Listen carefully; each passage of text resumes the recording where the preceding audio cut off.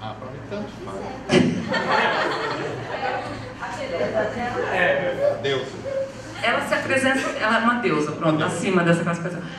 Ela se apresenta como mulher, né? Porque ela é mulher. Se ela se apresenta como mulher, ela é mulher. E ela tem todos, ela enfatiza características também, sinais de gênero femininos, né? Características femininas. Isso nunca foi dito publicamente, mas o que se fala entre os médicos é que a Nicole Kidman e a Ana Paula Arósio é homem ou mulher?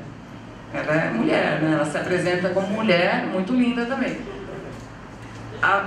Médicos já me disseram que as duas têm a tal da síndrome de Morris. E dizem que a Kim Novak também tinha, outra deusa, né? Essa já é de outros tempos. E ela trabalhou em filmes do Hitchcock, por exemplo. Muito linda. E dizem que essas três mulheres têm a síndrome de Morris. Essas não são famosas, né? Como essas três. Essas três, nenhuma delas jamais disse publicamente que tinha essa síndrome. O que é? O que será a síndrome de Morris? Então vou dizer o que é. É do XY, né? Esse é o grupo Orquídea. Todas essas mulheres têm a síndrome de Morris. Todas elas são XY. Como vocês. Tem o cromossomo X e o Y. Síndrome de insensibilidade androgênica, ou síndrome de Morris, é uma condição, pode cair em vestibular, em Enem, nunca se sabe. Já começa a anotar, né? Uma condição caracterizada pela... Para a escola sem partido, eu estou fazendo ideologia de gênero. O fato de eu reconhecer que existem, eu não estou inventando nada, existem essas condições humanas, expressões humanas, eu já estou fazendo ideologia de gênero. Mas a síndrome de Morris é o seguinte: é a incapacidade parcial ou total da célula para responder aos andrógenos, como a testosterona.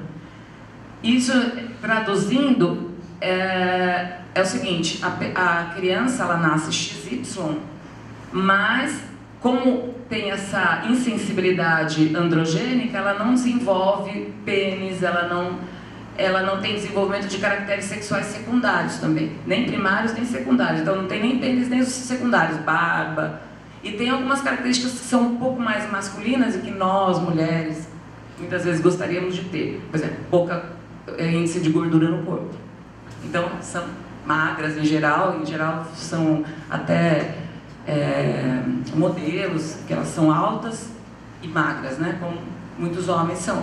Mas não tem as mulheres, algo que é muito próprio da mulher é a maior quantidade de gordura, né, no corpo. Tem a ver com a questão da gestação, etc. Essas mulheres, inclusive, não podem ter filhos, porque o que acontece?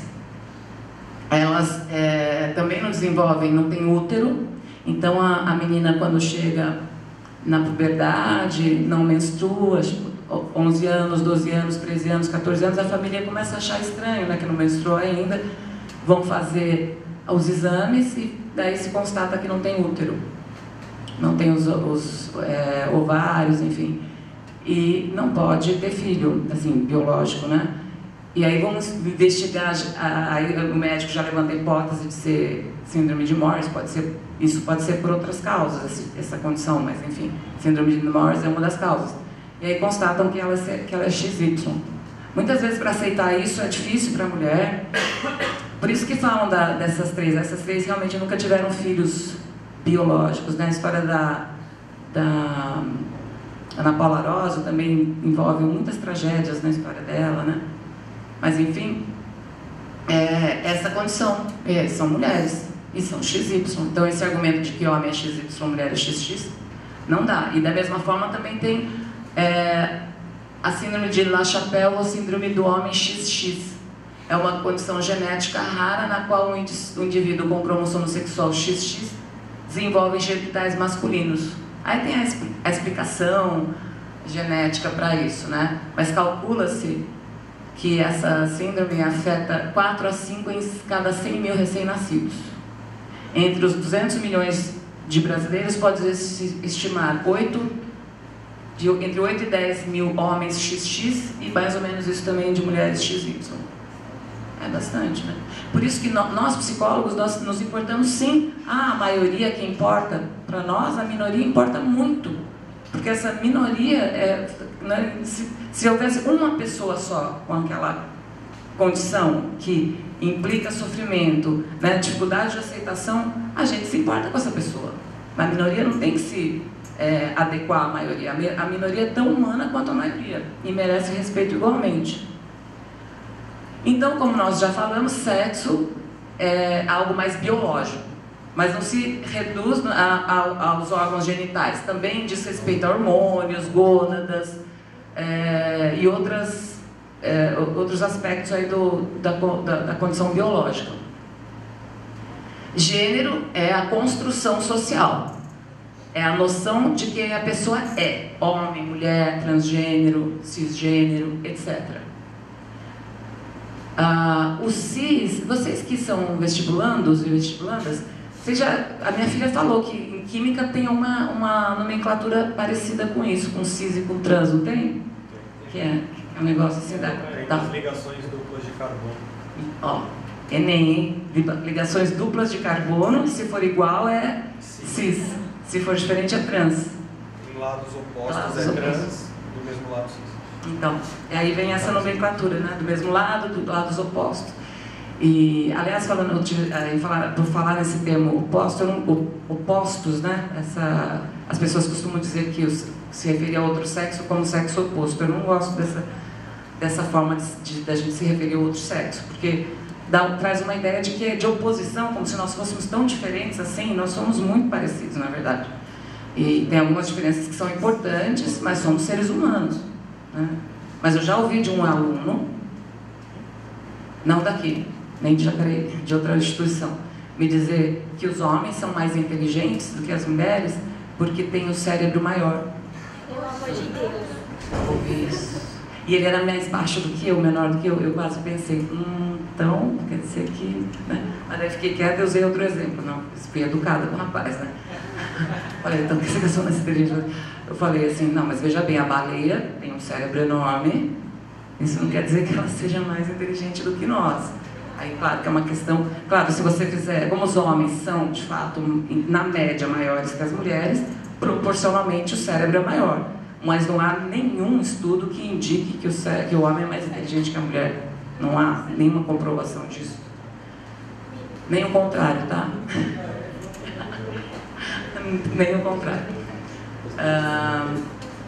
Cuidado ao usar a palavra travesti ou transexual. Se for mulher, é a trans. Não é? E eu vejo muito na mídia, né? As pessoas falaram ou travesti, ou transexual. Se é mulher, é a. E isso é ofensivo para elas, se falar ou transexual, porque são mulheres. Então tem que tomar muito cuidado nas escolas e em qualquer momento em que se interage com uma pessoa trans, se percebe que é uma pessoa trans, respeitar a identidade dela, de gênero.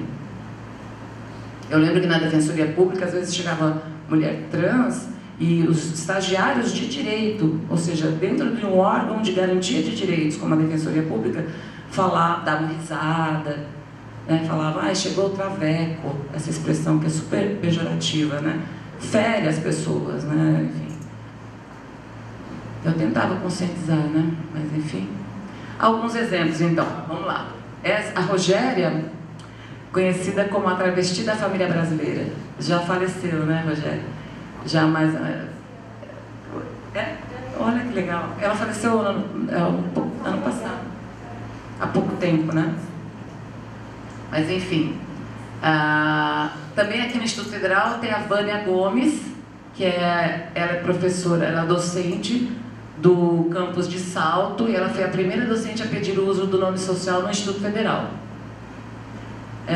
Além dela, outros 15 estudantes de diferentes campos do IFE já haviam entrado com pedido de uso de nome social, até o início de 2017. Tá? Enfim, a pessoa tem que ser tratada pelo nome social dela. Imagina um lugar na defensoria era assim, né? Ficavam todas as pessoas que queriam ser atendidas pela defensoria numa sala como essa, com cadeiras como essas aqui. E aí um estagiário, por exemplo, chamava fulano de tal, Yara. É claro que nesse momento todo mundo escuta e todo mundo olha. Se você chamar pelo nome masculino uma mulher trans, é humilhante, porque as outras pessoas olham, e porque não é, a identidade dela não é essa, ela nem se reconhece mais com aquele nome. Se é que algum dia se reconheceu, porque eu atendi mulher trans que desde pequenininha, desde criança, já se identificava com outro gênero e tinha um nome social. Porque o nome social é o nome que é utilizado, que é aquele com o qual você é reconhecida ou reconhecido socialmente. Então, não é só no caso das pessoas trans.